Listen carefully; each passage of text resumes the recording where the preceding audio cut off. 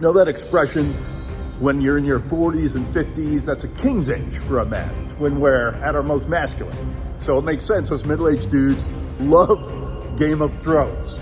It's men being men. Kind of wish I lived in that realm. I mean, not really. Women didn't brush their teeth and they didn't have cars, so you had to go grocery shopping on a horse. But there were upsides. I mean, imagine like everyone carried a sword. Everybody would be a lot more polite. Now let's decide, of all those manly men on Game of Thrones, who was the manliest of them all? Sandor Clegane. That was a manly man. The Hound.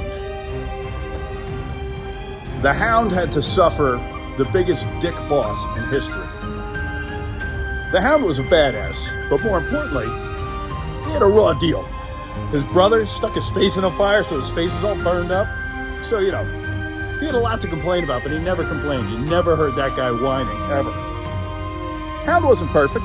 He was afraid of fire. All men are afraid of something. I'm man enough to admit it. I'm afraid of spiders. If a spider crawled on me, I'd scream like a 9-year-old girl. Tormund Giantsbane. Most people forget his name, but then when you see him, you're like, yeah, hell yeah, that guy. First of all, look at that beard. I mean, who says redheads are dorks? He likes the large women. You know, not my preference, but, you know, whatever you like. He sees what he likes and he goes for it. He's not afraid to make a move.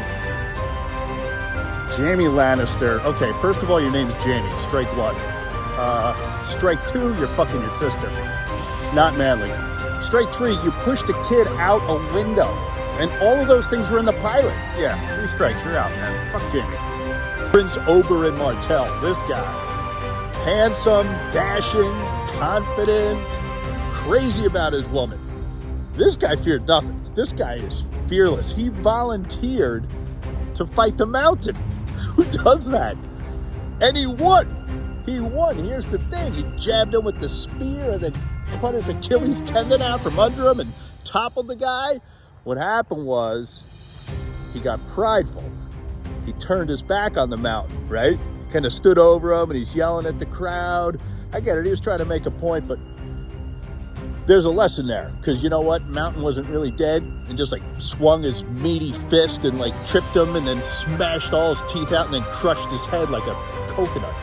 There's a lesson there about being, I don't know, proud of yourself but not prideful. It's like, you know, a conundrum or whatever. Jon Snow. You know what? I mean, he's a good sword fighter. He does the right thing, but I mean, he's always moping around, man. I don't care if you know nothing, but if you're no fun, yeah, that takes you off the list. I mean, would you want to work with that guy? Would you really want to hang out with Jon Snow? Absolutely not. People who feel bad for themselves all the time like that, it's actually self-centered. it's actually like a quiet form of narcissism. Sorry, John, you got to get over yourself. Seriously. Tyrion Lannister. Now, this guy goes to show being a man doesn't necessarily mean you have to be big and strong. I mean, this guy was smart. Charismatic, cool, loved wine and hookers. Actually fell in love with a hooker, which is kind of shows he's not smart all the time. But hey, you know, none of us are perfect. But what makes this guy a true man is that he kicks down some knowledge in the pilot, lets you know right away. When he first meets Jon Snow, he says, oh yeah, you're the bastard.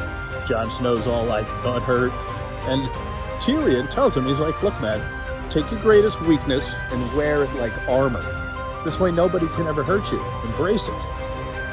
That was some alpha level shit. And the manliest thing of all, remember that piece of shit Jaime shoved that little boy out the window, broke his back. Tyrion, knowing the kid couldn't walk again, created a device for the kid who couldn't walk to ride a horse.